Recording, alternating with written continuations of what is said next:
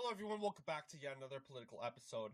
So, today we are back again and we're going to be talking about specifically the Virginia race, which is heating up due to the wake of the Jay Jones controversy, where candidate Jay Jones on the Democratic Party side decided that would be very smart to name the former Speaker of the House and Virginia State Speaker and threaten not only his life but his wife and his kids. So we're going to go ahead and talk about the consequences of how this will affect the Spanberger campaign. A lot of people will think, oh, does this hurt Abigail Spanberger? The answer is yes, it does. Does this mean that she's going to lose? Not necessarily.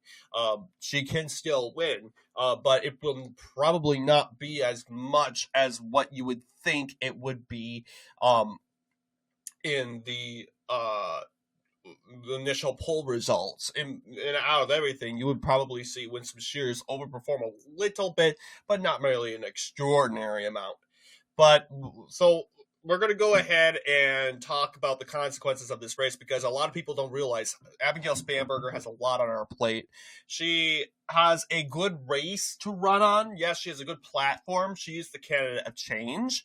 She has a governor in the mansion and lieutenant governor, all Republican state offices run all the way down and up. You have a president in the White House, the Republican president. So a lot of things for Abigail Spanberger to take advantage of, but you just have two individuals that are just too unhinged, too radical. That does not make Abigail Spanberger look good. And I'll get it. Oh yeah, those people aren't running on the same ticket. It really doesn't matter.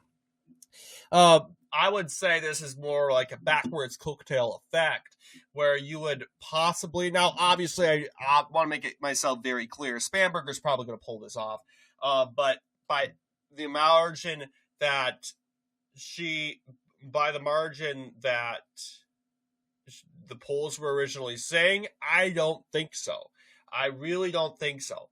And we can go ahead and take a look at the polls. Obviously, it's important to recognize that, Spanberger is still leading. She'll probably win, but Winsome Shears has a lot of ammo now in her bag. And you're seeing just recent, like in October, it's tightening up true. And I'm curious to know if probably Winsome Shears will probably win a poll. That doesn't mean she's winning. A lot is on the table, but Winsome Shears just released a brutal ad attacking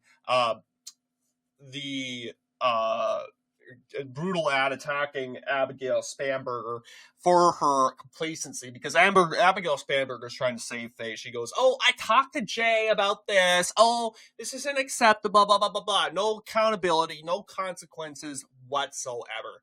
You could at least say, hey, look, I'm going to unendorse Jay Jones. She can't do that. She could at least say, Jay Jones, you got to drop out. But, Democrats, they can't do that, because they know that they drop out now, then Meares is going to win unopposed, right? There's a deadline of filing and replacing a candidate.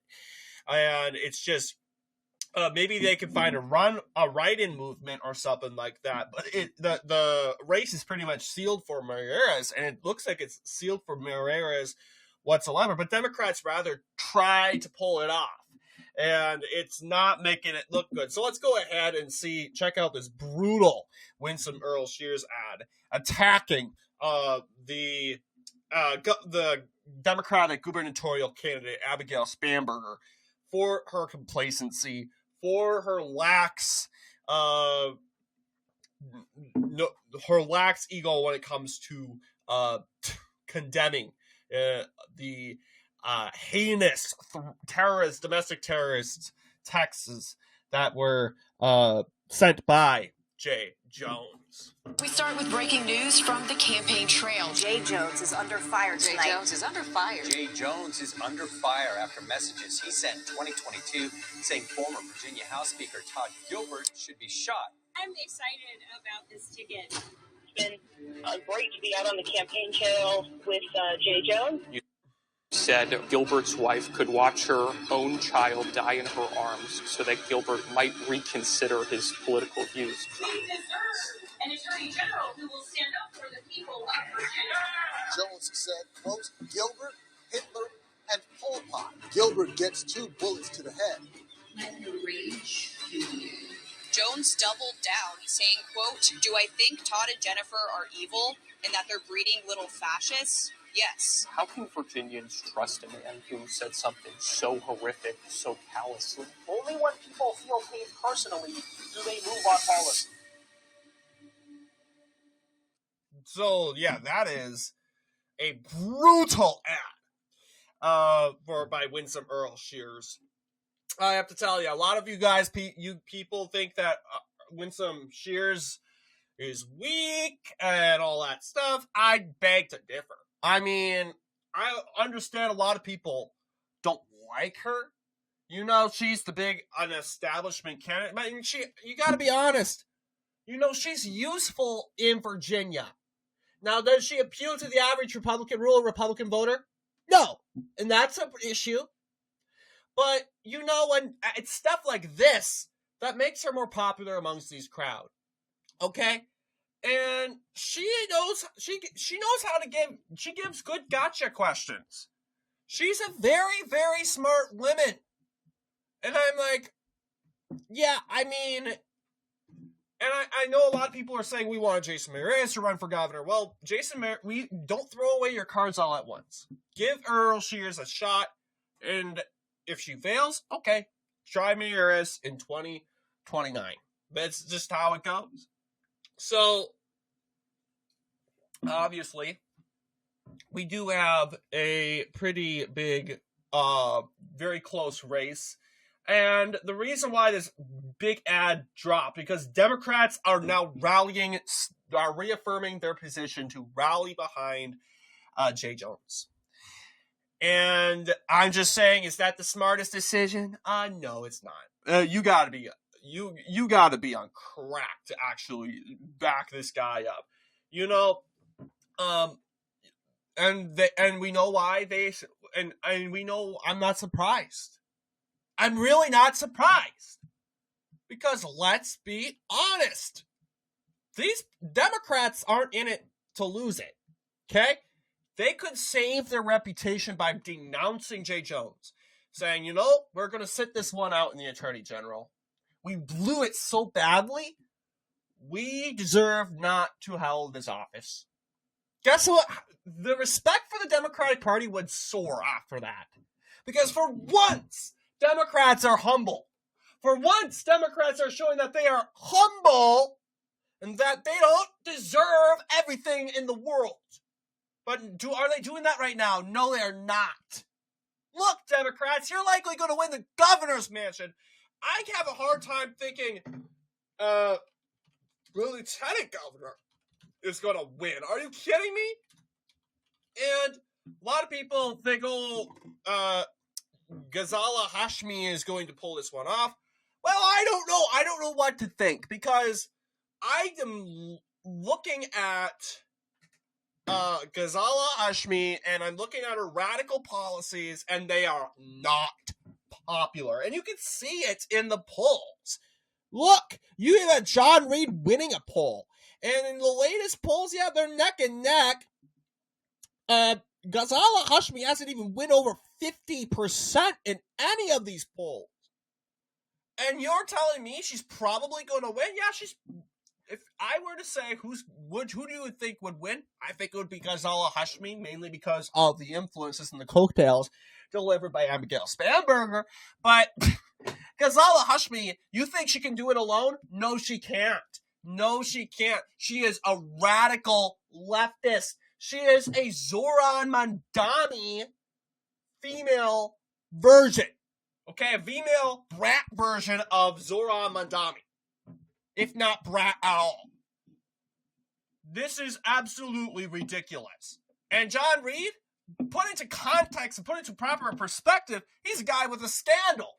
Nowhere near as bad as Jay Jones, but a sex scandal. And I initially thought, oh, it's over for him. But look at the polls, which generally seem to be very good for Democrats. Let's be honest. These polls generally over-predict Democrats. And they are somewhat predicting a close race between Ghazala Hashmi and John Reed. Do you think that's coincidental? Or do you think there is a catch to this? Is John Reed actually leading Ghazala Hashmi? Because Ghazala Hashmi is just so unhinged. Like, she is like the Rashada Tlaib of Virginia. This is who we're dealing with, guys. And she is not toned down the rhetoric in Virginia. She is running around Virginia like crazy. No one's talking about this woman. And everyone's assuming that this is in the ball for Dems. I beg to differ. Ghazala Hashmi couldn't even win over. She only won over 27% of Democrats. Sure, I understand that a lot of these candidates are horrible, by the way. They're all far leftists. Levar Stoney, Aaron Rose, all these leftists. They're all crazy people. And let's be honest, Ghazala Hashmi only won because, to be honest with you, Ghazala Hashmi was less radical compared to the rest. I'll be quite honest with you. But Ghazala Hashmi mainly won based on the basis that she's a woman. Let's be honest. Because a lot of these people were not white. Okay, a lot of them were not white. So you can't say it's a DEI. It could be a Muslim thing. It's not a skin color, or it's not a race thing, if you guys are wondering. No, a lot of these people are not white. Okay, and they are. I'm only mentioning that because just to debacle the fact that they just don't want a white Republican, a white Democrat being the nominee. No, none of them were white. So obviously, this was a very competitive, very interesting. This is going to be an interesting race. So at the beginning of the year, I was like, don't expect Republicans to do good. My expectations are now rising for Republicans because let's be honest, Republicans have no excuse. If Mieres loses to Jay Jones, who is a domestic terrorist, then we have a problem. Mainly in Virginia. It says a lot about Virginians. It's basically more left-wing than Colorado. Oh, nah, I can't say that. I can't really say that because technically it did vote around 5 percentage points for Kamala, 10 percentage points for Kamala in Colorado. But I know that this is crazy. And what I'm saying is Spanberger should be concerned because you got 2 radical lunatics on the bottom, okay? And I know the pivoters will say, Abigail Spanberger, that's her running mate. She's running she's running on a separate ticket, so she's running independently. Hashmi's running independently. Why does it matter? Well, I'll tell you why it matters. You got a picture of these radical lunatics in the ad. Very smart of a lot of people think. I don't know. I'm not accusing people of thinking she's dumb. Winsome Shears. No, that's wrong. She is a very, very smart woman, and I don't want to call and set myself a Winsome Earl Shears fan. I'm not. Okay, I don't mind her. I like her politics. I agree with her. But a lot of people are critical of her, but I think she's running. Her values and her views are fitting for Virginia. This is not a MAGA state. This is if not an establishment, lukewarm MAGA state. This is what it is. But you got a nice selfie pic with the extremists right here. You get this lady right here. And you got Jay Jones right over here. And I don't know what this lady is. This lady, I don't know. She's not running a major office, so I think she's very irrelevant. But yeah, you got photos, you got pictures of Jay and Spanberger campaigning together. This isn't good. It would be one thing if they were campaigning separately, but they were seen together. You even got Look at this. Spamberger, Hashmi, and Jones. This is not a smart woman, guys. By smart woman, I mean Abigail Spamberger. She is linking herself to the two most radical people in this race and creating banners of them. Hashmi has said horrible things. Let's just say she supports trans women. She supports men in women's sports. She has said insensitive things towards white Americans. She has also said crazy things about people that disagree with her. And Jay Jones, we don't even need to talk about Jay Jones. We did a separate video of him. At this point, she needs to take Jones off of her poster boards. She needs to take him off. No, but she won't. No. It's offensive. You take off the black man. Take the black man off your poster board. That's racist. That's racist. It doesn't matter if you're stuck with a major campaign scandal. No. It's racist if you do that. So this is clearly virtue signaling, folks. This is virtue signaling. Spamberger's trying to get coattails from the far left. She probably will, because then again, you have, of course, you guys, we have obviously federal workers in Northern Virginia. They're probably going to come out in anger. We got fired because of Trump. No, you got fired because you have low IQ and you obviously don't have what it takes to be a federal worker. That's really what it is. But I am really hoping if this is much worse than I'm actually expecting, that maybe Earl Shears wins in an upset. Polls suggesting a very tight race right here. Spamberger, for most part, sometimes, or if not all, was below 50. You got a neck and neck race right here. So a lot of people are saying throw the bag for Virginia. We're going to lose it. I have my expectations set for Virginia. I say we're going to lose, but I think it's very stupid. And I mean it, very stupid, if any Republican suggests we walk away from Virginia. And I'm using that lightly.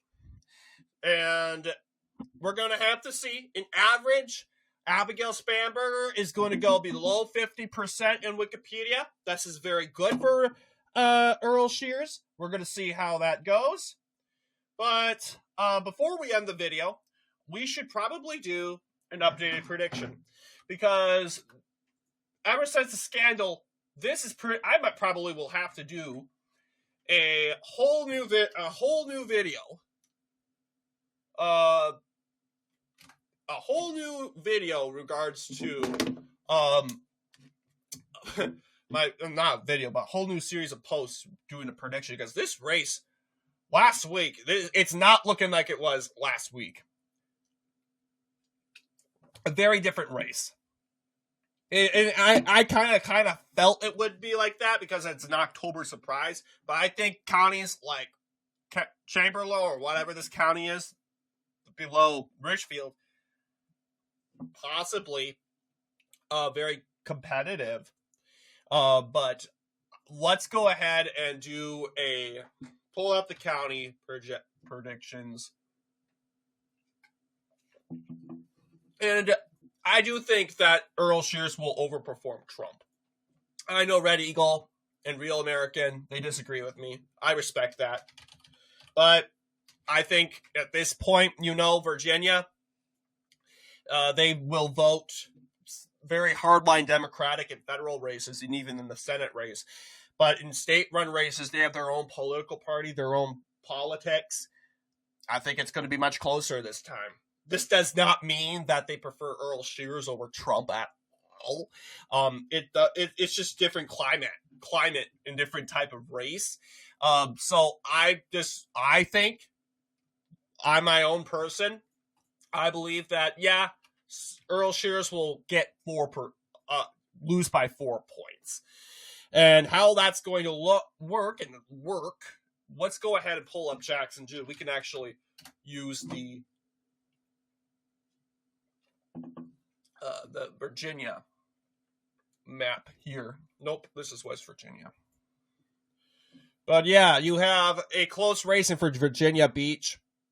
Sussex County is going to be interesting. Can Earl Shears pick this up? It's made massive swings to the right.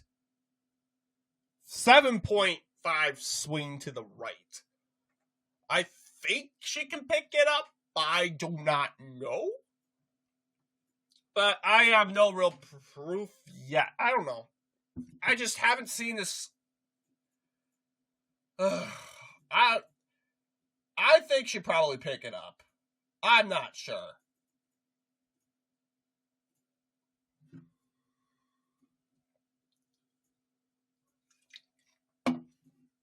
And the question is, what about Chesapeake, Virginia Beach?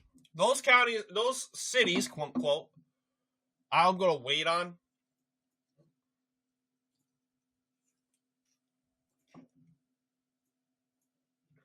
Go ahead and call these. This is James City, Charles City. I do think these communities will probably go Democratic for Spamberger.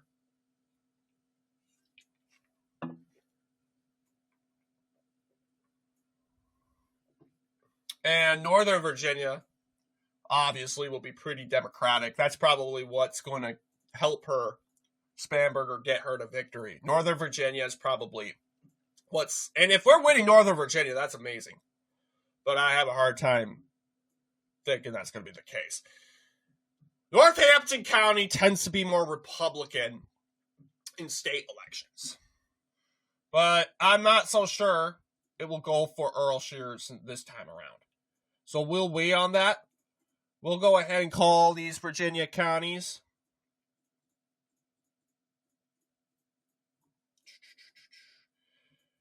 I do think college communities, the impact of Charlie Kirk, I'm not saying a solid college county like Albemarle County.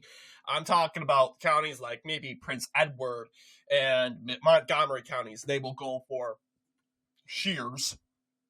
We are seeing I would assume more younger people coming out and early voting, influx mainly from younger voters when it comes to that. So I would assume, use that term lightly, that we're going to pick it up. Call this pretty easy.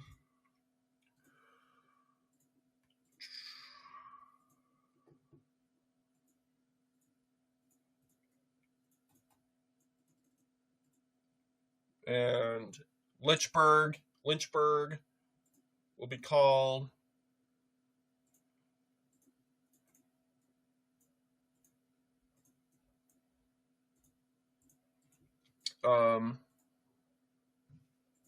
yeah.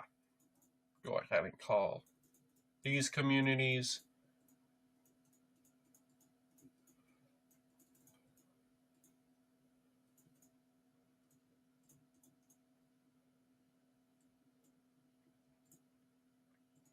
you got Northampton right up there.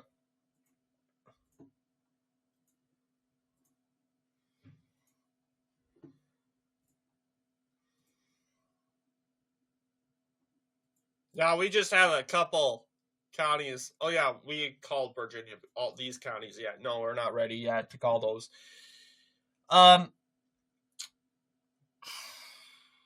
I will say these counties here will go for Spamberger.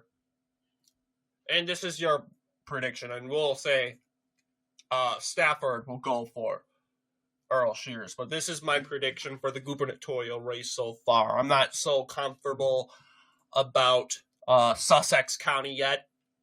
It is African American. However, it's making massive trends to the right too quickly, and I think, in the governor's race, I think Winston Earl Shears almost picked that. Youngkin and Shears almost picked that county up.